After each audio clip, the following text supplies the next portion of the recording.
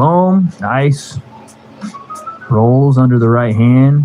Triple jab, right hand to the body. Combination. Theo Chambers doing a Michael Jackson Thriller slide in the background while he's coaching.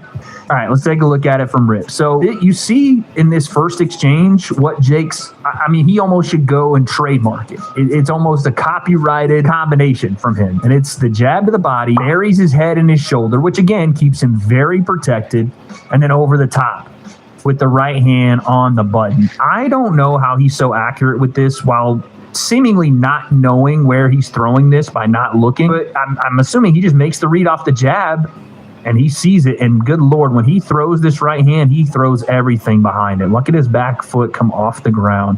Boom, bang. And it's not a bad thing for that back foot to come off the ground because of where it ends up. If he was just throwing this and the back foot like ended up next to his lead foot, like right here next to it, then I'd be like, yeah, he's baseball pitching this, and he to a degree is, but he's learned how to balance and roll back under that and keep himself aware if the combination comes behind that. Let's say he misses that right hand. Old Jake and new Jake to the boxing game would have missed this right hand and would have been square.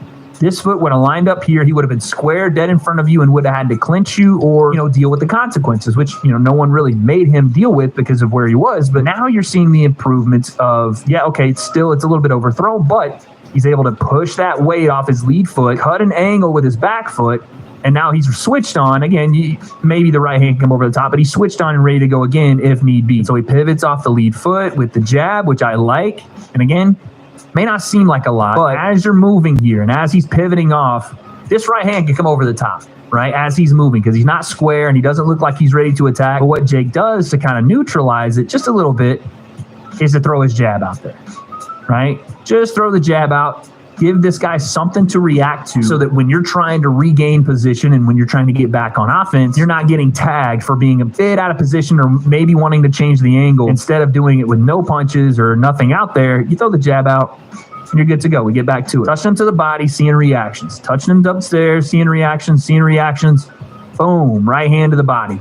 This is the same punch that Mike Perry got with him probably the first 30 seconds of their fight, and it said Jake broke his ribs. So say what you want about Jake, and again, it may not be the most freaking technically sound right hand you've ever seen. I honestly don't think this is that bad of a right hand. In fact, I think this is, again, better balance than he's shown in the past when he's thrown some of these.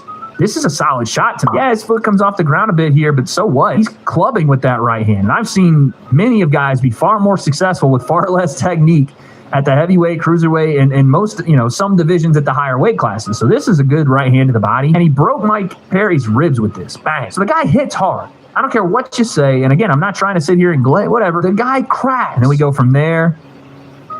This guy tries to push in behind his high guard, as we saw Jake do just a second ago on the heavy bag, because he feels, right, he's not ready to throw a punch just yet. And he feels something coming back from Jake again. So he's just going to push into it, try to cut off and not let Jake get extended with the punches. So Jake doesn't, but he throws some clubbing shots here. And then a right hand. I don't know if he fully got that one, but he did get it through the guard. See DeAndre Savage, he kind of pulls back here, and Jake is left reaching just a bit with that right hand, which again, you see him overthrowing this sometimes, but Savage doesn't really make Jake pay for any of this stuff because he's so off balance from the combination, trying to get himself set, hands are low. So there's not, there's a lot if you want to criticize what DeAndre Savage is doing defensively here, but the biggest point is he's not making Jake pay if Jake's missing or he's overthrowing, and I think that's because of the volume of punches Jake's throwing here, the fact that Jake's not backing up after he throws punches, so he's throwing. You see that big shove off from the sparring partner, and then Jake's just right in his face again. So sometimes, unless you have great ability off your back foot, or if you can create space like he does here with his upper body, and you have the ability to throw off of it, and he may have landed that right hand. It's really hard to tell because Jake's face is in the way. You don't have an ability to counter off because he's just continuing to put pressure on and be in your face. And again, left hook, double left hook, they change, and Jake goes right back to the center. Feints out a right hand there, gets a little saucy, gets the El Gallo de Dorato rooster kick there. Hey, watch out, be careful. And again, just the feint alone, even if Jake's in a terrible position here, this guy's not ready to throw back. He has all the openings to, but he's just not ready to. He bites on the feint. So what I take away from just this specific clip is that Jake wants to meet Mike in the middle or wants to be on his front foot. He wants to pressure Mike. He doesn't want there to be a ton of space where he's moving backward. That's what I get from this. And it could be, if you want to beat Mike Tyson, even if he is 58, whatever, you want to shut down a lot of